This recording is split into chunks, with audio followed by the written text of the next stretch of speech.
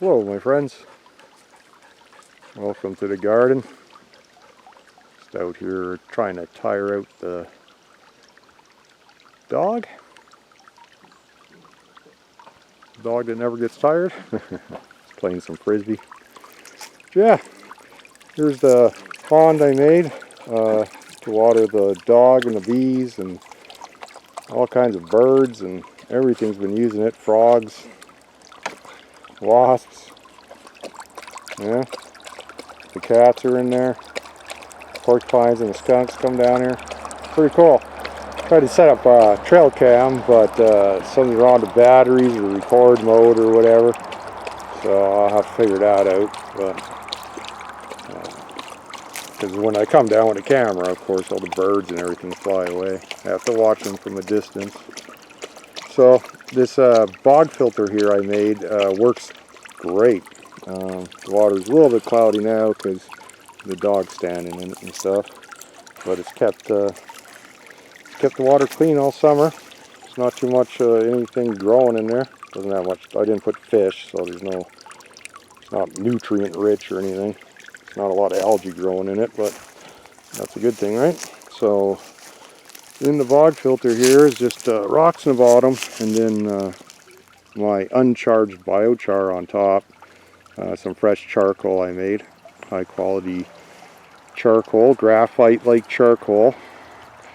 And so the water level, the outlet is a few inches below the top of the biochar, and it's all moist. So biochar and the wicking action that it performs in soil is definitely a thing. It does it at least just on its own. And again, there's nothing in here. There's no compost or nothing. This was raw charcoal. And I planted into it. Some of you might recognize this as iris. Just made sure that the root system here is exposed. And yeah, it's been actually these were damaged, overgrown, weed out area, and had barely any growth on them at all, and they were shoveled up. The roots are damaged, so I put them in here as kind of a little nursery.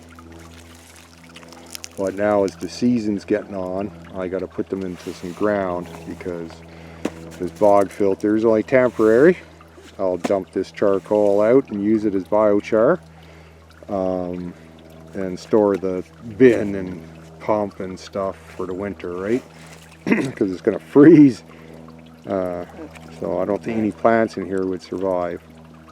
So I'll put them in the ground. They should have good roots in here, and they should take to the ground in time to establish before winter. And to do that, I'll show you a little trick that you'll see in all the iris videos, but they don't explain, right? You'll see people transplanting iris and they cut the leaves, but they don't tell you why. I don't know how many videos I watched, trying to figure out, when's a good time to transplant these, because these actually belong to a bunch of flowers that were my great grandmother's, or at least my grandmother's, and there's not many left, so I've been salvaging them, and I would like to preserve them, and if you keep them healthy and keep them in good soil, they reproduce, so it's not like a difficult thing. I just have to know where they are. When they get overgrown with weeds or whatever in the flower beds, it's kind of difficult, so I've been slowly removing them, putting them elsewhere, and this is some of them, and I'm going to take them out of here and I'll show you what to do. But yeah, so when you're transplanting, you want to reduce the stress on the plant, and one of the stresses is the water uptake, right? The roots are going to be all stressed out and not where they were and not where they established themselves. They have to it takes a while. It takes probably 7 to 10 days for the roots to really grab into where they're at and start functioning properly. So in the meantime, they won't be taking up as much nutrients and water as they normally would, like say at this moment right now these roots are taking up, right? So by cutting off 3/4 of the leaf mass, right? Cut the leaves down, That's what you'll see in all the videos, them being cut down as they're being transplanted. That reduces the amount of nutrients and water it needs to uptake to maintain leaves, right? And it also reduces how much water is transpiring into the atmosphere, how much water the plant is losing. So it's now losing less water after you cut them, and it's taking up less and less nutrients needed. So if I transplant like this, what's going to happen is all going to turn yellow, some of these will die, and the whole thing maybe. It's not its most productive state. It might survive. I mean, I've moved them when they're shorter and not cut them, and they're fine early in the spring. But it's just a measure, make sure for success. That's also why you want to transplant them after they flower, right? So they've gone through all their nutrient uptakes and you know, their growth spurts. Because after you cut them, or even after you transplant them and not cut them, they're not going to flower from the stress. So make sure you allow them flower before you transplant them. And you can transplant them right up into September up here in Canada. So I don't know how late that would be and translates into warmer climates in the United States of America. But depending on your grow zone, I would imagine you can transplant them up into October, maybe even November. Who knows, all year round, right, if you're in Texas. But yeah, they make beautiful flowers. They grow well in a bog filter, I found out. Just great, even without fish or any sort of nutrient supply other than dog slobber and whatever. But keeps the dog's feet clean, keeps the frisbee clean. I don't know why she keeps putting the frisbee in there. Yeah, so I'm just going to pull these out. I guess I can do that right when I'm sitting here, but they're probably well established roots, so it's not going to pull out easy. I'm going to have to go get a tool or something.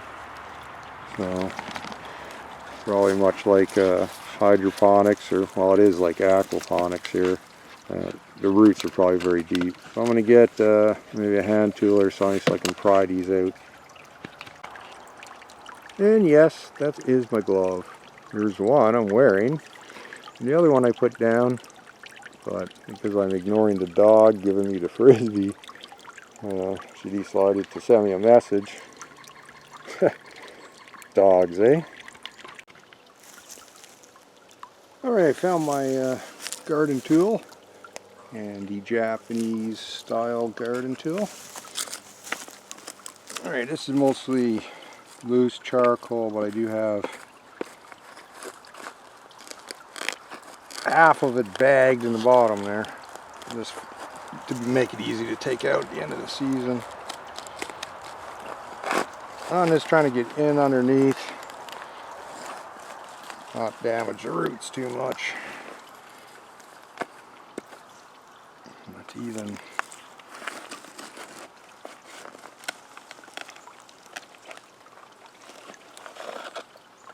Oh, that is the bag. I see.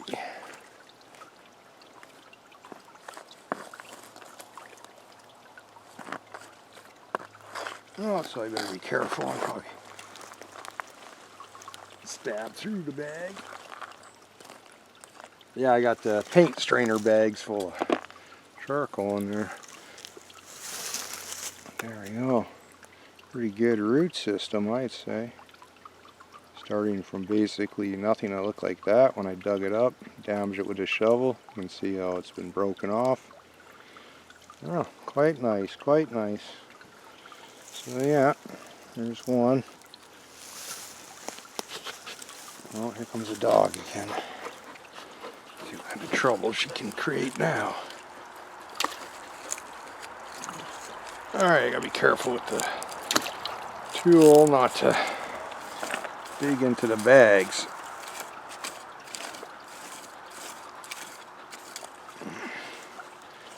Yeah, as you can see, you know, stuff grows in biochar, whether or not.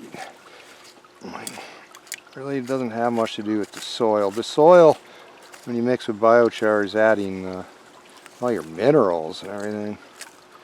The biochar has all the biology, and of course carbon's the organic matter. the actual physical biochar itself, right? Yeah, these are growing right into the bags. I'm gonna have to damage the roots. Ay, ay, ay. Didn't think I'd have to do that.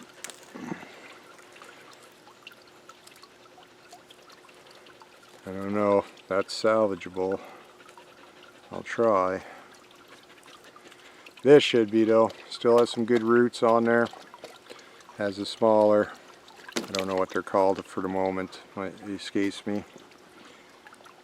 I'm actually kind of tired from trying to tire the dog out, so I'd have 5 minutes to make a video and to get these done without too much trouble. But yeah, Belgian Malinois. You want a dog that'll work all day. Basically, I have to go and put her in a kennel or whatever just to calm her down for her own good, or else she'll wear herself out running around. Okay, so this one's growing.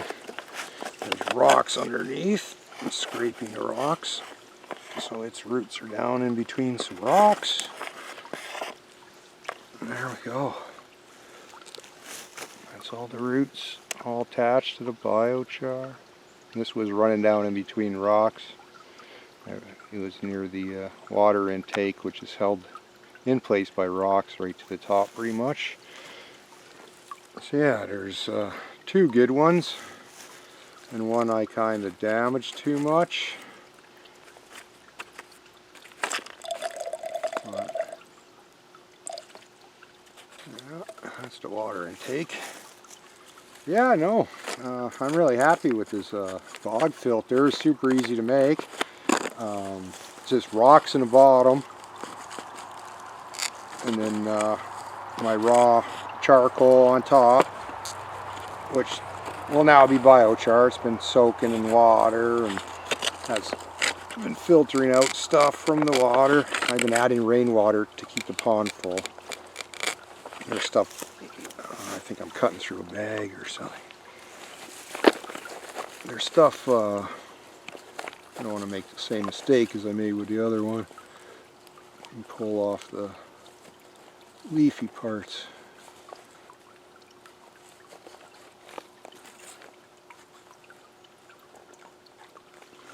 But yeah, this charcoal should be charged somewhat in the biochar. It'll have a lot of bacteria in it for sure. There we go, that was good. So yeah, you got this.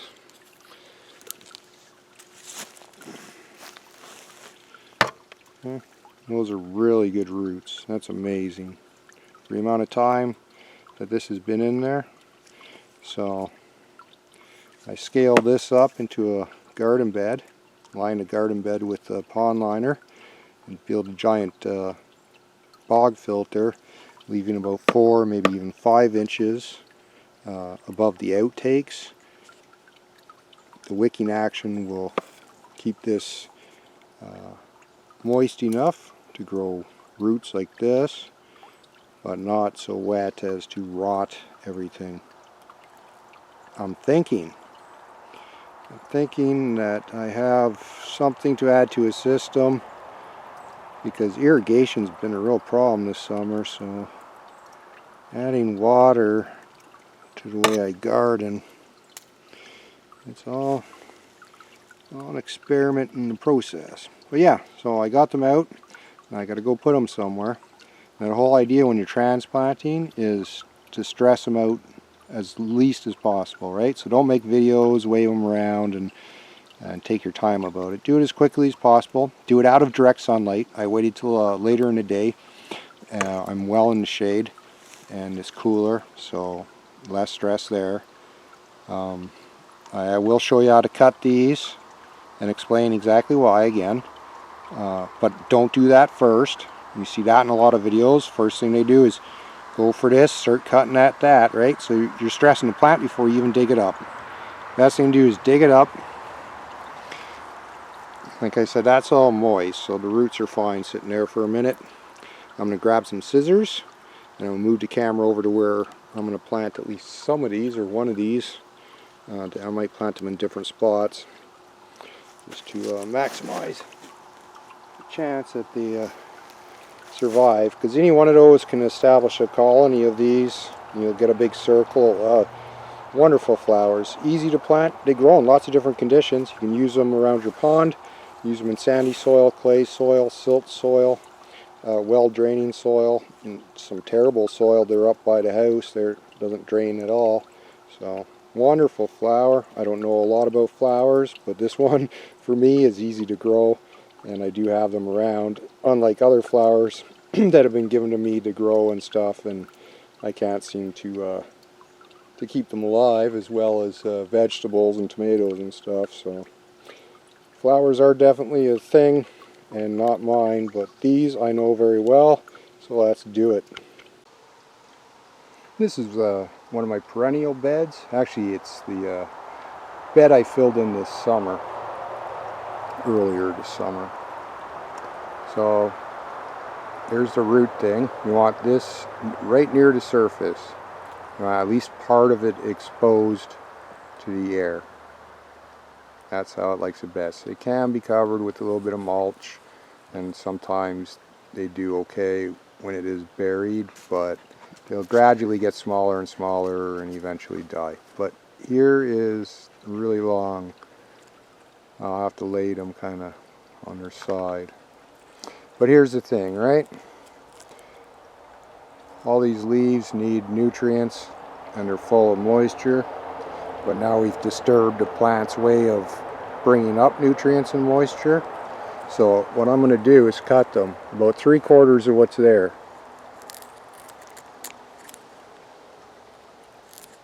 Okay, just like that. Come at a 45-degree angle. Whether you're trimming trees, bushes, whatever it is, 45-degree angle is like a safe angle. It doesn't have to be perfect, obviously mine's not, but as close as you can. Don't cut it straight across, and don't cut it too vertical. Alright? But yeah, that's it. Then you plant it and hope it takes. But now that reduces the stress on the plant. I gotta find my thing.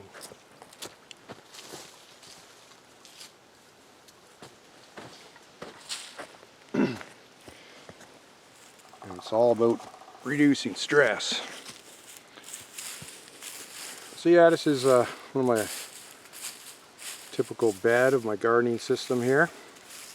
It is just my native topsoil, or what passes for topsoil in my area, mixed with biochar and covered with a layer of mulch. In this case, it was already mostly composted mulch. Well, yeah, as you can see,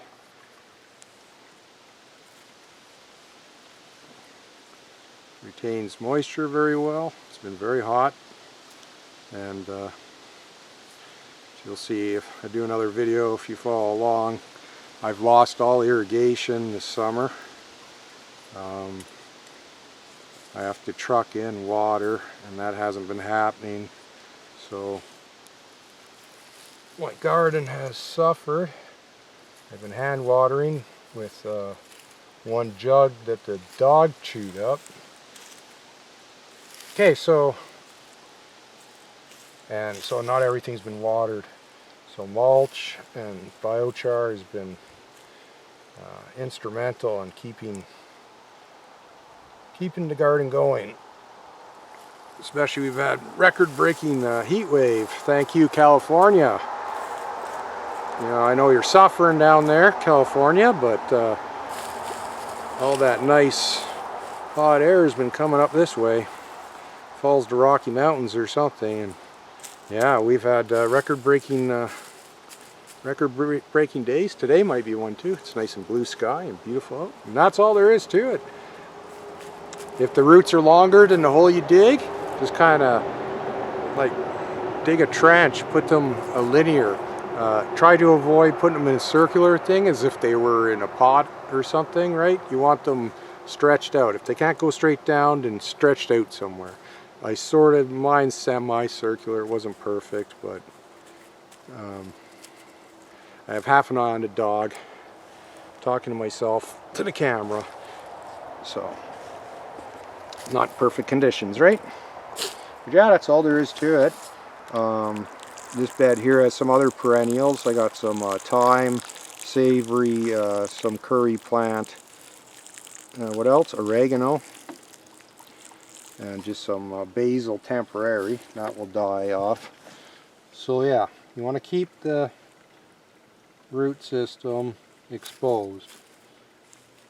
And it can stay like this. I'm going to add a little mulch to the bed for the winter, but during the summer and while things are wet, if the root system of the iris gets all wet, it will rot. So you want to leave some of it exposed. It likes it. That's what it likes. So yeah, I'm just going to continue to do that until I have all the iris planted, and hopefully they will survive the winter, and I will propagate my great-grandmother's flowers. Maybe for another generation, right? Just something I enjoy. And having some pedigree to the plant, you know, it's kind of interesting. Not quite a show plant or anything, but you know, it's my terrible humor. So if you found any of this interesting or entertaining, please give me a thumbs up. Consider joining me here in the garden as a friend. Subscribe to the channel. And wherever you are, whenever you watch this, have a great day. Peace.